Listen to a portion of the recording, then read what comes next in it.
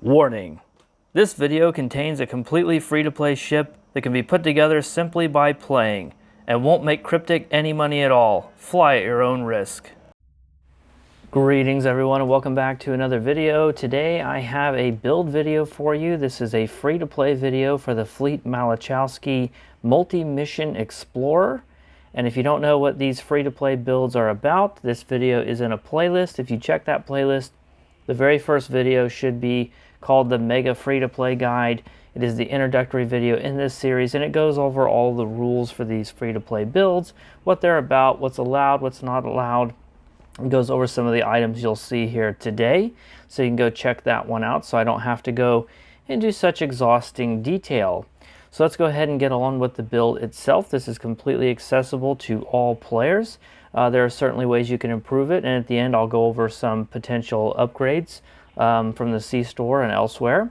But these are all things that you can definitely get just by playing the game. And I've decided that even though I normally target elite level content in my builds and in my videos, that for the purposes of free to play I'm going to target advanced, because there really isn't much point in doing elite content other than the challenge. The extra rewards aren't really worth the increased difficulty. So we're going to do an ISA just to test the build out here towards the end. And let's take a look at the ship itself. For the weapons, I'm using the three big reputation weapons: the enhanced biomolecular photon torpedo, the neutronic torpedo, the dark matter quantum torpedo. And then for that fourth torpedo, normally what people use is the Delphic torpedo from the Lobby store, but that's off limits to us, so we're going to have to use something else instead.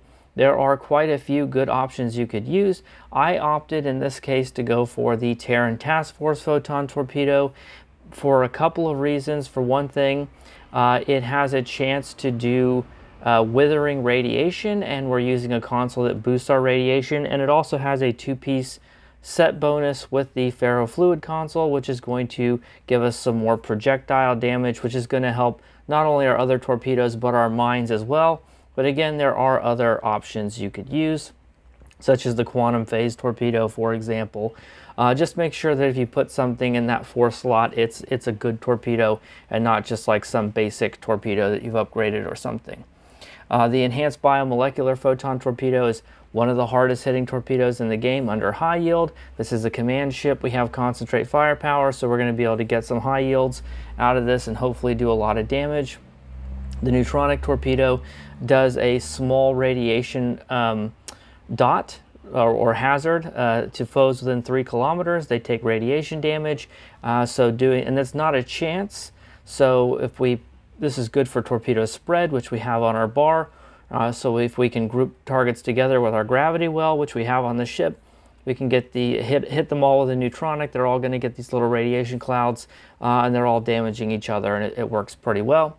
And then, of course, the dark matter has 2 purposes. It has a set bonus with Lorca's console, which gives us some crit chance and severity, but then also it gives a specific dot as well. Trying to find it in the list, that so many things added on here. Adds a stack of dark matter disillusion that does physical damage every 1 second for 20 seconds. That's a non-hazard dot, so it's going to trigger our Fekiri console, plus the physical damage is boosted by the Fekiri console as well. And then it also stops them from exploding, which they just added a new exploding effect, but it also means we don't have to worry about taking the warp core explosion damage. So those are the primary weapons on the ship, are those 4 torpedoes, because this is a kinetic build. If you have a command ship, you probably want to at least think about doing a kinetic build. For the deflector, we have the Elite Fleet Intervention Protomatter Deflector that comes from the Fleet Colony. And I have re-rolled this specifically to get as much control expertise as possible, because this ship can only use Gravity Well Rank 1, which is significantly less powerful than Gravity Well Rank 3. So in order to get the effect that we want out of that gravity well, we need a lot of control expertise. And there are some sources that we can't use, like Fragment of AI Tech, so we need this. I'm using this as an opportunity to get more. But the big thing about this deflector that makes it so useful, and why people use it anyway, is you'll see down here it says 15% crit severity based on hull percentage and 4% crit chance, again based on hull percentage. So as our hull goes down, we're going to lose that, but we want to keep our hull up, and so we have some hull regen on the ship that's going to help keep our hull up. We don't have DPRM as an emergency major, but I am playing as an engineer, so I have miraculous repairs. Then for the engines, we have the prevailing innervated impulse engines. This comes from the competitive reputation. And the big thing about these, and the reason why people like to use them, is it has this prevailing engine overcharge. Upon activating firing mode's bridge officer abilities, which we have, you'll get a bunch of flight speed and turn rate, which is very nice. You get defense too, and increased recharge speed for tactical bridge officer abilities, but really the big thing there is the flight speed. And so that's going to help us get to our targets faster to increase our DPS. For the warp core and shields, I've gone for the two-piece discovery. That's the mycelial harmonic matter antimatter warp core and the Tilly's review pending shield. These are decent enough items on their own, but the real thing that people like to use it for is the two-piece bonus, which gives you 120% hull regeneration, which is going to help keep our hull up. It's going to help us survive because we don't have a lot of survivability on the ship. And again, that colony deflector needs us to have our hull at a high level in order to give us those good offensive stats. If we look down here for the mines, because we're using the Fekiri Torment engine, which gives us extra radiation, physical damage. It gives us a proc for non-hazard damage over time effects. We have the new Kara web mine launcher. You don't have to use this, but it does do physical damage every half second for 4 seconds. So that's going to be boosted by the console and also a non-hazard dot. And then the other ones I put in are the Thoron infused quantum mines. You can also use the biomolecular mines. These are pretty nice as well. Not only do they do a lot of kinetic damage, but on hit they have a 25% chance for unstable Thoron radiation for 5 seconds, and we have a boost to radiation damage, so these are pretty nice as well. And because we are mostly going for all kinetic damage, physical damage, we're not doing energy weapon damage. That's why I loaded this up with mines. We have let our weapon power go to the wayside. It's all the way down. We're focusing on aux power and shield power. And that's the other thing about the Tilly shield, is that it gives you some extra shield bleed through. Your weapon attacks cause enemy shields to receive, well, it's not bleed through, but your weapon attacks cause enemy shields to receive 17% increased damage, and that percentage, it says 17%, is based on shield power. That's why we're focusing on shield power as well as aux power. And aux power, believe it or not, does affect a lot of these weapons. For example, it says 108.9 radiation damage. If we lower our aux power, that will go down. So that's part of the reason we're focusing so high on aux power. There's another reason we'll get to in a moment. For devices, I have kinetic amplifiers. You can craft these in the R&D system. If we go into crafting, I just crafted some right before I started recording the video. Go to projectiles. I believe you have to be level 10 in order to craft these. And they're right here, and you can just craft them, and they're really, really good because they give you 30% bonus projectile damage for 20 seconds, and there are other ones for energy weapons and exotic damage that you can get as well. And deuterium surplus, as long as you've done the patrol, you can craft these in your engineering, and they're going to give us a bunch of flight speed as well. It's essentially the same effect we get from the impulse engines, but we have it on a consumable. Then for consoles, we'll start with the Lorca's console. This is from the Discovery reputation. 3.9% crit chance, which is huge. The weapon power is not something we care about. We do get 157.5 Starship shield penetration, which is going to give us extra shield pen. And then because we're using the dark matter torpedo, we get the two-piece bonus, which is really nice because that gives us on crit 1% crit severity for 20 seconds, stacks up to 25 times. So the higher our crit chance is, the more stacks of that we're going to get, the more crit severity we're going to get. So it's a very, very nice console. Then for engineering, we're just put universal consoles in here, not anything engineering specific. We have the ferrofluid hydraulic assembly. This is from the Terran Task Force reputation. It's getting the two-piece with the torpedo for the extra projectile damage. It's giving, the big thing it's giving us, the reason why it's on the ship and the reason why torpedo boats like to run this, is the minus 0.5 second shared torpedo recharge time. Unlike energy weapons, which all fire on a cycle, you can only fire one torpedo at a time, and then there's a minimum cooldown that the next torpedo has to wait to fire, in addition to each torpedo having its own cooldown. And this reduces that shared cooldown so we can fire torpedoes more often. That's the real big. It also gives us a bunch of hit points, 13% maximum hit points, which is going to be useful for several reasons. We have the Ordnance Accelerator, which comes from the Gamma reputation, and this is basically the last console, but for our mines. It does more than that, but it has minus 1.5 second shared mine recharge time. So this is the ferrofluid console for your mines.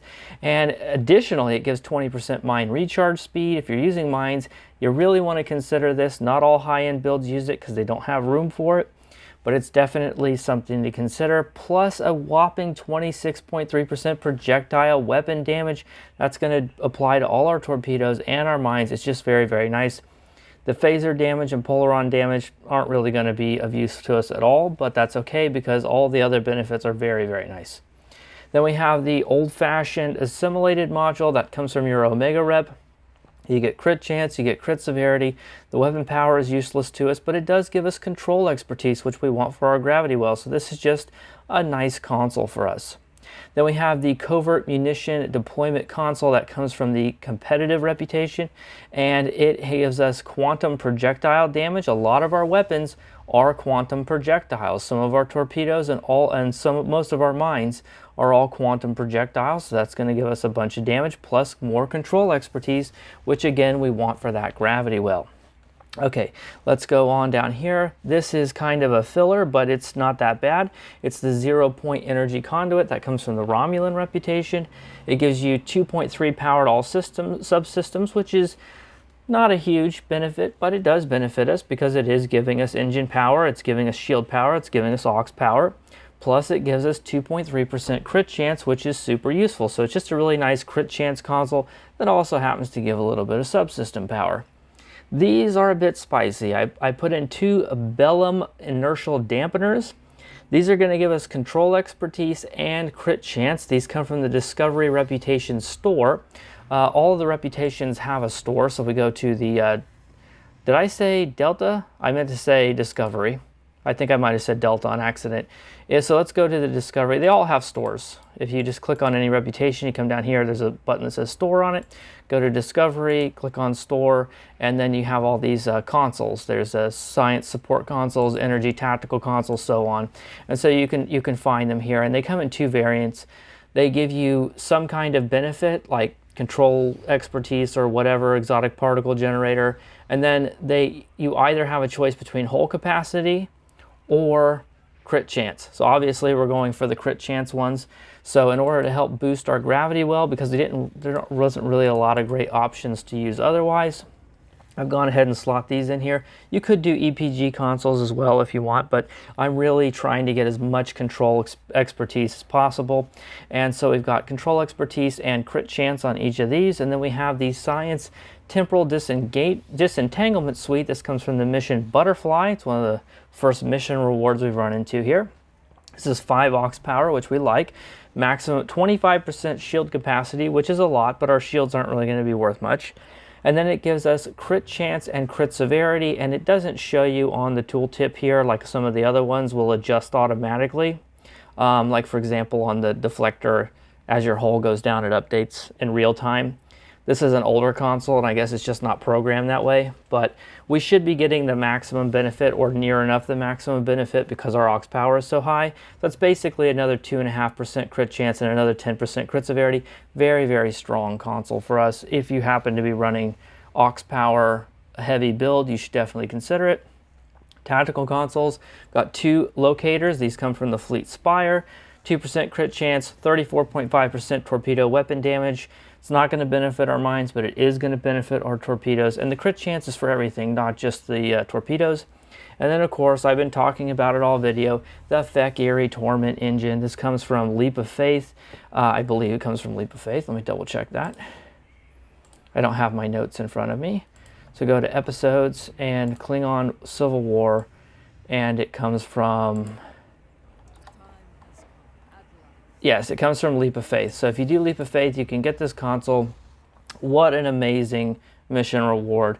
39.4% increased non-hazard damage over time, which we have quite a few of, 39.4% increased fire, radiation, and physical damage and plasma, but we have a lot of radiation and physical damage in the build. If you deal non-hazard damage over time, which we have some, it has a 10% chance to add an additional damage over time fire effect, which ignores shields. So this is just a really great console. For the hangar pets, there are quite a few that you could use. Peregrines are actually pretty good, but I wanted to put something on this ship that's not going to steal our concentrate firepower, so I just put Type 8 shuttles on here. They're not going to do much, they just have a phaser array, but they're going to do a little bit of damage and they're not going to steal our torpedo high yields. Okay, for the skills, I have not redone my skill tree, so I'm not going to show it to you, but I do have a skill tree video, so you could look that up. We're doing Intel primary for the flanking damage and Temp Ops secondary, and the big thing about Temp Ops secondary is that it gives us Entropic Rider, and then if you look back at our weapons, so for example, if we look at the Terran Task Force one here, it's going to say when firing energy weapons 2.5%, oh no, that's from Omega kinetic shearing, never mind. But there's an extra dot on here that you can get, and I don't remember where it is.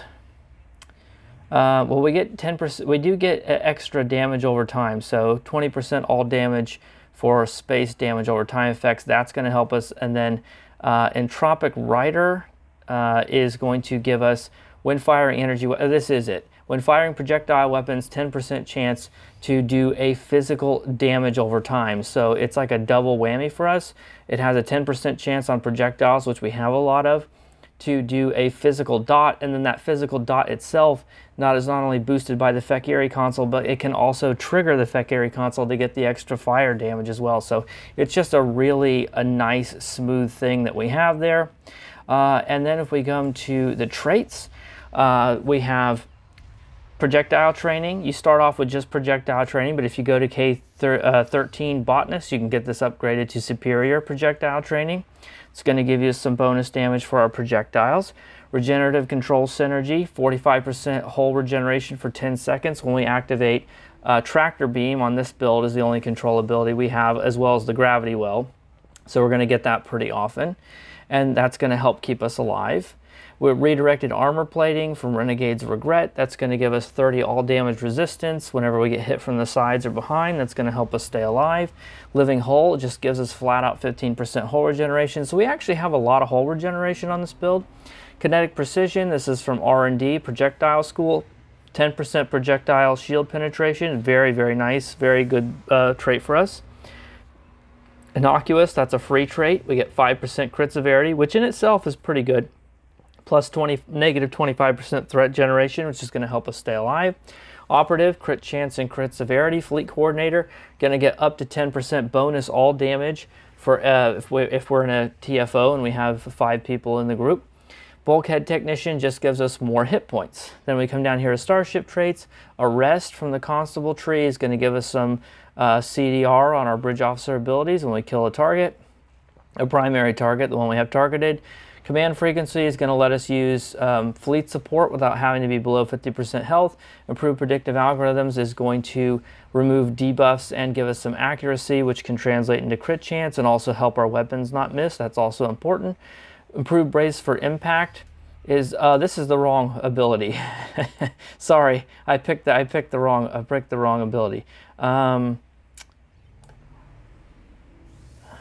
Where is the right ability?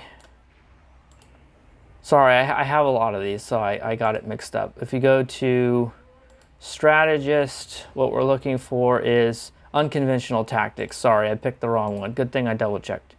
We want Unconventional Tactics. It was for Brace for Impact. It was the wrong Brace for Impact trait. So we have Unconventional Tactics. When we use Brace for Impact, we're going to get 15% bonus all damage, which is not terrible.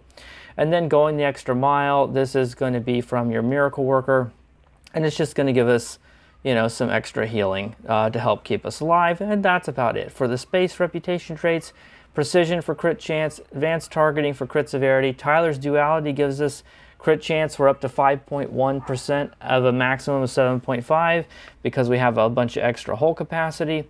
Omega Kinetic Shearing is going to add a dot to our projectiles, so that's going to be pretty good as well. And then torpedo pre-fire sequence is going to give us bonus projectile or bonus torpedo damage and destructible torpedo flight speed. So if our high yields are destructible, then they'll get some extra flight speed to help get them to their targets. And then for our bridge officer stations, I've got torpedo high yield 1, which I don't plan to use on very often, but like when we get to the point where it's just the gateway or just the tactical cube, I can swap that out on my hotbar for torp spread 3, because we won't need torp spread anymore, so we can get more high yields in if we're only doing a single target. Tack pattern beta 1 for damage resistance reduction. Torpedo spread is going to be our main ability to spam on our spam bar to hopefully get neutronics and other torpedoes out to a lot of targets. We've got tactical team, which is going to give us some specialization skill points, which is going to give us extra damage, which is something that we want because it's going to give us weapon training. Mine dispersal pattern is going to help give us more mines. Then for our engineering command seat, we've got engineering team, which frankly is only on here because I couldn't find anything better. It's just nothing really good to put in this spot. Engineering team is actually not a great ability, but I just put it in there as a filler. Overwhelm emitters is going to, whoever we attack it with is going to take extra shield damage, so that's going to be pretty good. Well, it's for energy weapons, so it's not necessarily going to help us, but all energy damage to marked foes, they take extra shield damage, so that's going to help our allies. Concentrate firepower 3, which is going to give us extra torpedo high yields every 2 seconds, and that's very, very important for us. It's the bedrock bridge officer ability of all torpedo boats. Call emergency artillery 3 is capable of doing a lot of damage now that it was buffed, but you want to have your targets grouped up. That's why I've invested so much into this gravity well, because we can gravity well the targets and then hit them with a call emergency artillery 3, and it's going to do a whole lot of damage. Emergency power to engines to help us get where we want to go, and also to trigger the emergency con hologram. And then we have a fixed science seat. We have our gravity well to group up targets. We have photonic officer. This is our only cooldown on the build. It's not completely sufficient, but it's going to have to be good enough. And then tractor beam will help us to trigger our hull regeneration and just keep the targets from moving. And it doesn't really do much, but it is there. Now let's talk about our duty officers. So if we come to duty officers, I have 3 copies of 10 of 10. These come from the Omega Reputation store. We talked about stores earlier. And each one gives a chance to help cool down torpedoes when you fire them. So having all 3 of them here will help us fire more torpedoes, which we want. Emergency con hologram from the Phoenix store, from a rare token. And a real recharge evasive maneuvers when emergency power to engines is activated. So that's going to help us get to our targets. And then we have Boimler, who's free. And you can just get him from the C store as part of the lower decks giveaway, and he's going to add a toxic cloud to our normal torpedoes. So if we fire a torpedo that's doesn't have a firing mode attached to it, it'll give us a little radiation cloud, and we have some extra radiation damage from the Vekiri console. It doesn't do a lot of damage, but it is extra damage, so it's something we can use. And with that, we can move on. So we're going to go ahead and do an ISA here in a second. But before we do that, I did want to talk about some potential upgrades. So how do you upgrade this? Well, in terms of personal traits, it's going to be very generic things like Terran targeting system, adaptive offense. One big one for torpedo boats is going to be resonating frequency. Let me find it here. Sorry, I apologize. There's so many things in the game, I sometimes forget the name of them. Resonating payload modification is a big one you're going to want to get if you're doing a torpedo boat. And then just generally things that can give you crit chance, crit severity, stuff like that. Not too many that are specifically for torpedoes, but the resonating payload modification is one. Starship traits, entwined tactical matrices from the Gagarin is going to help give you extra torpedo spreads. Ceaseless momentum, if you can find some way to get it, is going to help cool down your torpedoes as well, and maybe make it so you don't have to use those duty officers, and also give you some extra damage. And then other generic crit chance and crit severity stuff like strike from shadows or universal designs. And then of course the big daddy of all these kinetic builds is subspatial warheads, if you can get that. So there's a lot of videos and guides for torpedoes out there. Just look at what they're using. If you can get your hands on any of that, find stuff in here and swap it out, basically. Okay, and for bridge officers specifically, chemosite-laced weapons is a great ability, but that comes from a lockbox. So if you can get that, I would slot it in as well. Okay, so those are some upgrade paths for you if you wanted to get some extra stuff. We mentioned earlier the Delphic torpedo would be a replacement for the Terran Task Force here. When it comes to consoles, if you're looking to upgrade those, things like DPRM from the Atlas is a good one, and several other Lobi consoles like bioneural infusion circuits, tachyonetic converter, or even the Delphic console, which has a nice two-piece with the Delphic torpedo if you're using that. So those are all avenues you have for improving your build if you wanted to buy some stuff. Some of that stuff comes from lock boxes you can get on the exchange. Some of it comes from the ships. You'll have to actually get the ship, and some of it comes from C-store items. So those are all things that you could look for, but let's go ahead and go do ourselves an ISA.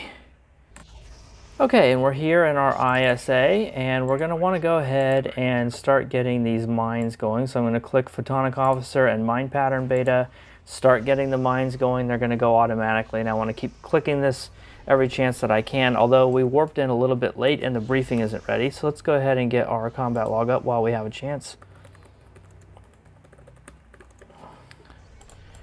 All right, we're going to go ahead, and we're pretty much have to go now. We're going to go ahead and get our grav well up.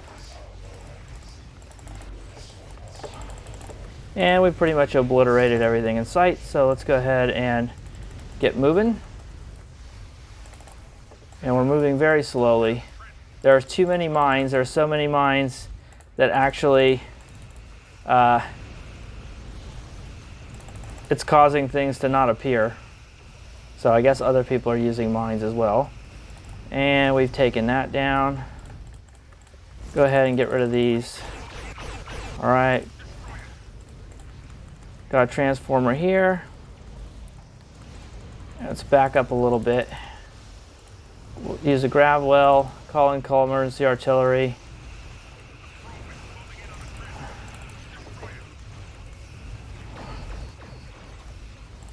All right, that's going to die soon, so let's go ahead and start moving on. Here we have the gateway. We'll relocate our mines if we even have any that are still outstanding. We can use against all odds to get some more damage. This is going to die soon, so let's start focusing on the tactical cube. Things are dying so fast that I think swapping out for